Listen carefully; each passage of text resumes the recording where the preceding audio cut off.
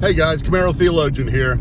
Want to talk to you a little bit about everything that's going on in our country. I'm going to do the best I can to approach this in a non-partisan type way. I don't even want to talk about partisanship or politics or anything. This is completely set aside from that, although it does affect it. So here's what I want to do is I want to give 3 points, and in these 3 points I want to explain exactly what it is that I'm passionate about right now, and what I feel like I need to do a Camaro Theologian on this particular topic. It still is basic theology in nature.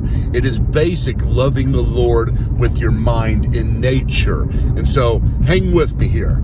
Now, the first thing I want you to do is to do this. I mean, everybody should be able to do this. I do this definitely, is approach the immediate trigger marker and acknowledge the difficulty of that.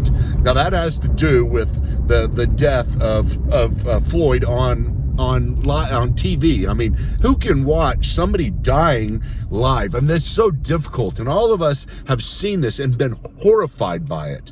It is a terrible thing to see him die. I don't care what he's done. If you see the death of someone like that, it does trigger major emotions, and we need to acknowledge that, and we need to express that.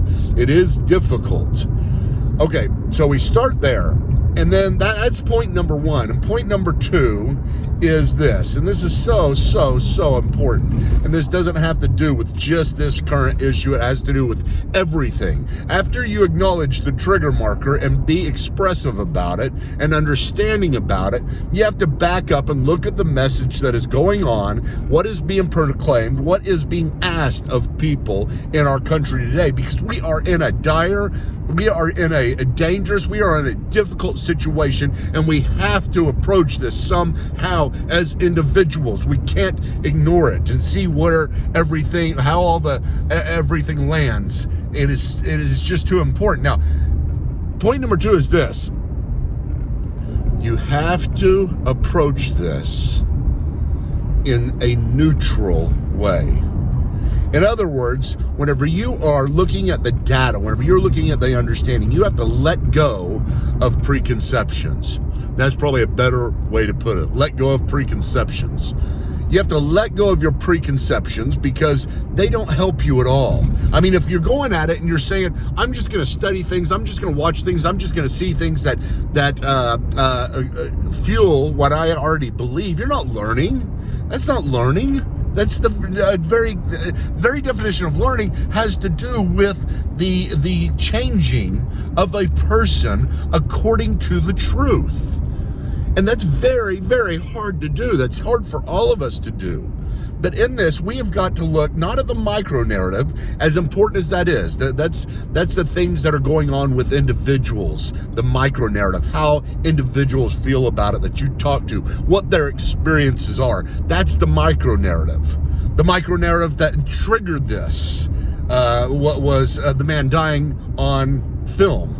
That's the micro narrative. Now we'll get back to the micro narrative of individuals in just a moment. But right now we have to look at the meta narrative and see the meta narrative and try to understand what creates a true meta narrative. What creates a right meta narrative? Now, what you have to do is you have to study. I mean, you have to look at the data. What is being proclaimed? I see a few things being proclaimed. Number 1 is that Black Lives Matter in general. Do a lot of people think they don't? Is that's what's being said? And you study that. You try to understand that. Another thing is systemic racism. Another thing is the cops and defunding the police force and the police brutality. And then you have all kinds of things. Another thing is white privilege. I mean, a lot of things that are mixed up here, and it's kind of hard to see exactly what it is that is being proclaimed because there's not one leader like MLK to express to us, hey, this is what we want. And so we look at this stuff and we see everything that's going on, and it's very hard to see what is being said, and all we see is the destruction and the problems. But something is behind that we have to look at, and we have to look at this in a neutral way. We have to let go of our preconceptions. We have to look at this in a non-prejudice way. Now, again, I mean, if you're if you come into my classroom, I set up an imaginary hanger rack where you hang your coat on.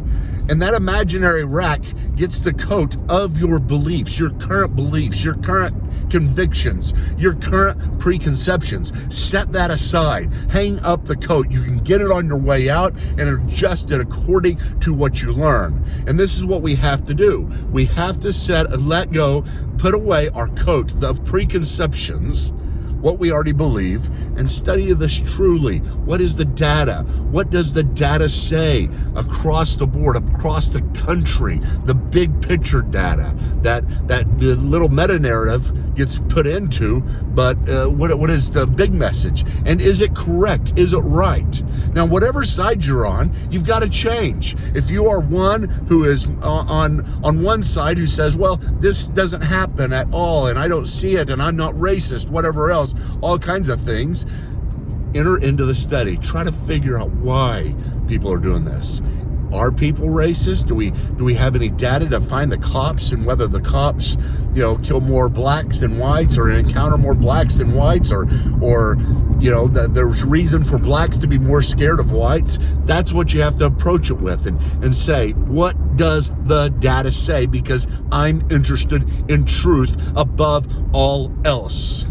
And if you're on the other side, if you're one who believes in what's going on and you're committed to it and you have passions about it and you even have your own stories to tell, you got to set that aside and you got to look at the data. What does the data say? If the data says that there is not a difference between the way cops are treated with whites and blacks or whatever, even going into the broader idea of systemic racism, and you're not finding that anymore, then you have to change. You have to change your view, as hard as it is, and on both sides, as much as you'll get rejected by your own community, whoever they are.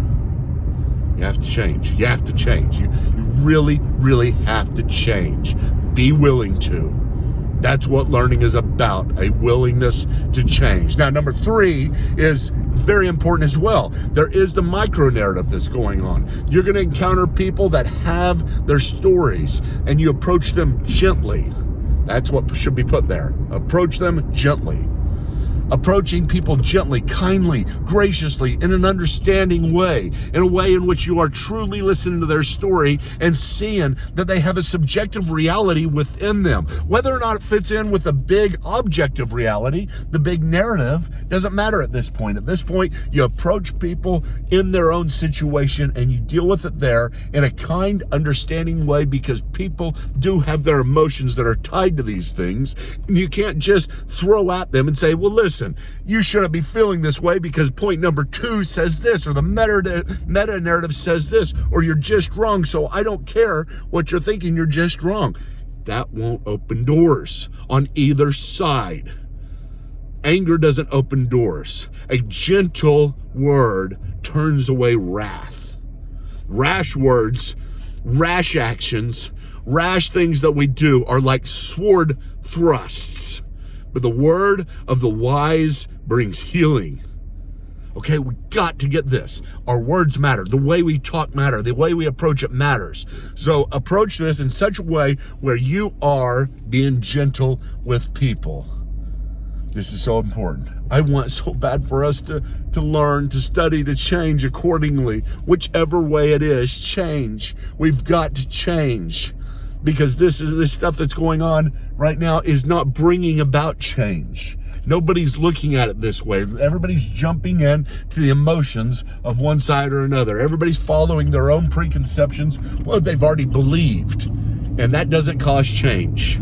This causes change. And that's the title of this. How to change your mind during this perilous time.